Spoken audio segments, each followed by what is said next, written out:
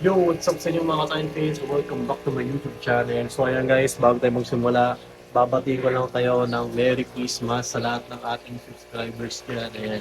So sa mga ka-Infinix natin dyan, Merry Christmas sa inyo at ngayon bibigyan ko kayo ng video na top 5 para sa akin na napaka gandang i-breed para mabenta nyo sa market. Ito lang naman guys yung top 5 ko na talagang subok na talagang in demand siya sa market at laging merong bibili nito. So, pinakauna, syempre guys, ang mollies. Yan. Kaya, lagi nyo napapansin guys, pag nagpaparating ako ng mga isda ko, laging may mollies dyan. Ano? So, laging may mollies, fine order dahil napakabilis niyan. Ba't ano ba meron sa mollies? Ang mollies kasi, dual purpose. Actually, triple. Kasi minsan ang mollies ginagamit siya pang test ng mga tubig. Um, which is napaka horrible naman doon para sa mga isda natin. Pero believe me or not, talagang ginagamit sila para matest yung tubig sa mga malalaking pond. Okay? So ginagamit silang tester kung okay na ba ang pH, okay na ba, wala na bang chlorine, okay na ba, pwede na bang lagay ng isda. So yan. Ang pangalawa naman ay pinapakain sila guys. Ang mollies, pinapakain yun sa mga monster fish. So hindi lang naman sa mga monster fish, meron ding ibang mga hayop na kinakain yung mollies. Alam ko meron gusto bumili sa akin yan dahil papakain daw niya sa mga crayfish niya. Yun lang, yun ang masabi sa akin. So sabi ko, kinakain pala ng crayfish ang molly. Kasi usually, ang bumibili sa akin ng mga mollies ay mga, yun nga, pang Oscar, pang Arwana, pang flower horn, mga monster fish guys. Tapos yung pangatlo naman guys, pang aquarium siya. Talaga, maganda siya guys. Lalo na pag nakabili kayo ng mga mall sa magagandang kulay. Talagang pwede siyang pang aquarium. Ayun guys, maganda tingnan. So, tatlong purpose niyan, tester, pakain, at marami pang iba. Kaya napaka in demand ng mollies at napakabilis niya ring i-breed. Mollies sobrang bilis na i-breed, hayaan mo lang. Ang pag-breed kasi ng mollies guys, hinahayaan lang yun. Hayaan nyo lang, basta mabigay nyo sa kanila yung requirements na kailangan nila, maraming plants, napaka ano yan, number one yan, dapat marami kang plants. So yun pala guys, ongoing pala tayo ng water change head. Yung side ng tubig kasi nga magpapasko. At in the same time, medyo marami na rin yung tubig natin. So yan, mabilis silang padamiin ang molly. So pangalawa naman guys, mga goldfish. Yan, ang bilis niyan guys. Kung mapapansin nyo guys, yan, meron din tayong mga goldfish dito. Ayan. So, mga Shubon King goldfish guys, ayan, pang-ain din yan. Kung tawag yan mga feeders. So, multiple purpose din ng goldfish. Pwede siyang pakain sa mga big toys, sa mga malalaki monster fish, at pwede rin siyang pang-display. Depende sa goldfish yan. Meron tayong mga goldfish na mga import. Kaya mga ganda yan, pang masa. At lahat naman ng mga bata, pag isda pinag-uusapan, pinakaunang papasok sa kanila ay goldfish. Kaya napaka ganda niyan i-breed at padamihin. So, pag i-breed naman ng goldfish guys, napakadali lang yan. Pwede mo siyang i-hand feed, i-hand breeding or yung tradition nga. Yung hand breeding tapos yung net. Pwedeng sa net, pwedeng sa aquatic plants. Yan. So, hayaan nyo lang siya. So, umaga yan guys. Sa umaga sila nag-breed kasi malamig yung tubig. Nandun yung condition nila para mag-breed. So, ayan. Number 1, mollies. Number 2 ay goldfish. So, number 3 naman guys ay mga koi. Yan. Makapanood nyo si Sir Dexter's World. Koi ang marami niyang binibreed. Diba? Marami siyang mga breeders ng koi at goldfish. Kasi nga, yun yung mga in demand sa atin. Kasi ang koi guys, sa pond, magandang ilagay yan. Magandang ilagay ang koi sa pond. Napakaganda tingnan. Lalo yung top view nila.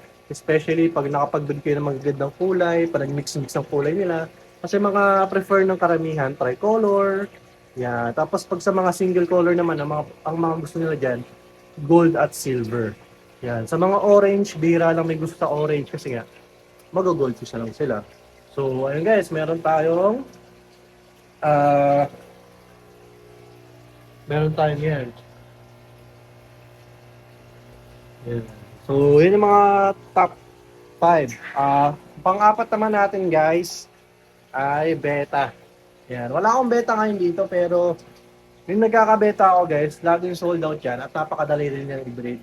So, pag nag-breed lang naman kayo ng beta, ang magandang gamitin nyo na pang breed is yung mga top breed na talaga, yung mga ganda na talaga, yung quality na para pag binenta nyo sa market, may presyo talaga. Pero pwede rin kayo mag-breed ng mga veil tail na single color na mabilis din naman siya sa market, especially sa mga beginners. Hindi naman sila tumitingin masyado sa quality ng beta. Ah, sa ano kasi, maganda kasi diyan, pag nakapag-breed kayo ng quality ng beta, may makakakilala kayong mga mas expert pa na nagbe-breed sa inyo na bibili rin naman sa produce nyo. Ganun kasi sa beta community. Talaga pag may nakita sila maganda, wala silang pakita kung saan nanggaling, basta nagandahan sila, bibili at bibili sila dyan. So, yun guys, pang-apat. Tapos, syempre guys, ang pinaka-panghuli, alam nyo naman, napaka-obvious, yan dito sa ating fish room, ay syempre guys, yung glow tetra. Talagang iba ang market ng glow tetra ngayon guys. Talagang pag may bumili sa'yo ng Glow Tetra, mababa na 10. Talagang laging 10 pataas, 50, 100, 20. Yan. Yan yung kadami pag bumibili ng Glow Tetra. Glow Tetra kasi guys, napaka-ganda niya tingnan. Napaka-active. Diba? Ang point sa aquarium. Yan. Napaka-kulit niya sa aquarium guys. Kaya kung mapapansin nyo, ako rin, talagang yan ang dinidisplay ko kasi napaka-relaxing niya. Yung pag ito, punong-puno yan guys. Napaka-relaxing kasi ng Glow Tetra. Okay, at hindi rin siya mahirap alagaan. At napakadali rin niya i-breed. Guys, ang pag-breed ng Glow Tetra, parang nag-breed lang din kayo ng Danyos. Kasi ang Glow Tetra guys, egg layer sila. Ano? So ako, talagang dito guys, ay di pala. So surprise ko na lang kayo, pero may project ako sa Glow Tetra guys. Kasi imagine nyo guys, araw-araw, parang sa isang linggo yata, nakakadalawang shipment tayo ng Glow Tetra. Hindi sa lang guys, oh. Sa ilalim guys, yung nakaraan puno. Ngayon, wala na ulit. Dito, bawas na. O dito, konti na lang ulit. Imagine yun guys. So, naka-promo rin kasi yan at the same time. Kaya medyo mabilis tayo mag-dispose. Pero, pa, sa market, talagang yan ang hinahanap ng ating mga fish keepers. At saka syempre ng ating mga new hobbies. Talagang Glow Tetra kasi nga maraming nagtitrending na videos na ito ang laman ng content talagang Glow Tetra. Napaka magandang kulay yan. So, paano ba mag-breed ng Glow Tetra? So, maraming ways para mag-breed ng Glow Tetra. Alam ko nakagawa na ako ng video dito. Pero kung ano, pwede nyo tignan yun. Pero bigyan ko kayo ng ano, na napaka bilis na summary kung paano mag-breed ng Glow Tetra. Pag gagawin nyo dyan, identify nyo muna yung male and female. After nun, ipaghiwalay nyo muna sila ng mga isang linggo. Tapos pag nakita nyo, actually di naman isang linggo, tansyahan lang din niya kasi nga, pag nakita nyo na yung female na napakalaki na ng tiyan niya, ibig sabihin meron na yung, ibig sabihin meron ng laman yun na eggs. Yun na yung time na pwede nyo silang pagsabahin. Pag talagang visible na malaki na yung tiyan, pwede nyo na pagsamahin yung female at male. Tapos gagawa kayo dun ng breeding cage. Sa videos ko, halos gumagamit ako dyan para nag-build ng breeding cage para mas secure. Kasi yung purpose sa breeding cage, yun nga, cage siya sa mga breeders natin. Tapos, babagsak yung egg sa ilalim ng cage.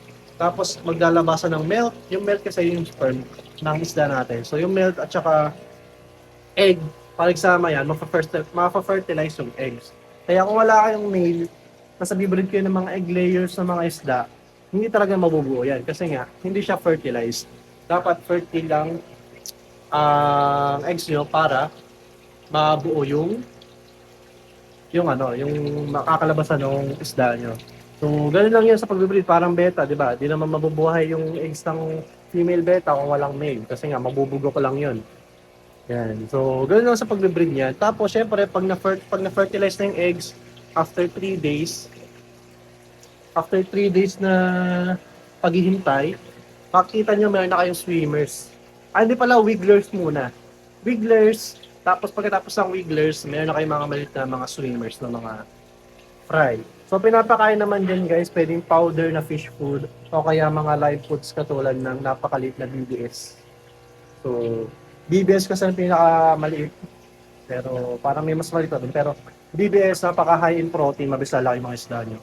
At saka syempre, green water. Yan, napaka masustansya sa mga isda nyo.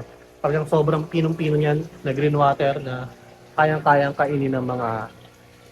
Ang pinapakain nyo sa mga beta, sa fry ng beta, at saka sa mga danyos, dahil sobrang lilit nun, green water. Green water yan. So, ayun lang guys, ang aking top 5 para sa akin.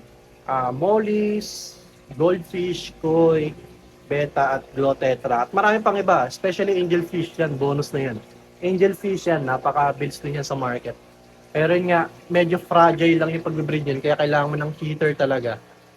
Depende sa lugar mo rin. Kung medyo maligam-gam naman sa lugar mo, okay yan. Pero pag medyo malamigin, talagang tagilid tayo pag angelfish dahil napaka-fragile ng fry niya. Nakapag-breed na ako niyan dati. Check nyo sa aking YouTube channel dito. Mag-scroll lang kayo. Kung ano yung mga na-breed nating isda. Medyo nahirapan talaga ako sa angelfish. So yun lang guys. Nag-enjoy kayo sa video natin. Konting kwentuhan lang para dagdag na rin sa konting knowledge para sa inyo guys. Kung nagbabala kayo mag-breed at ano bang patok sa market at ayan ang aking top 5 at meron tayong bonus na isa. So, yun lang guys. Maraming salamat sa panonood. Don't forget to like this video, subscribe to my channel, and don't forget to like this. And don't forget to follow my page pala sa aking Facebook, Tiny Fins Fishes, and don't forget to like this video and subscribe to my channel. So, yun lang guys. Maraming salamat. Merry Christmas ulit sa inyo. Happy fish keeping and keep safe and God bless.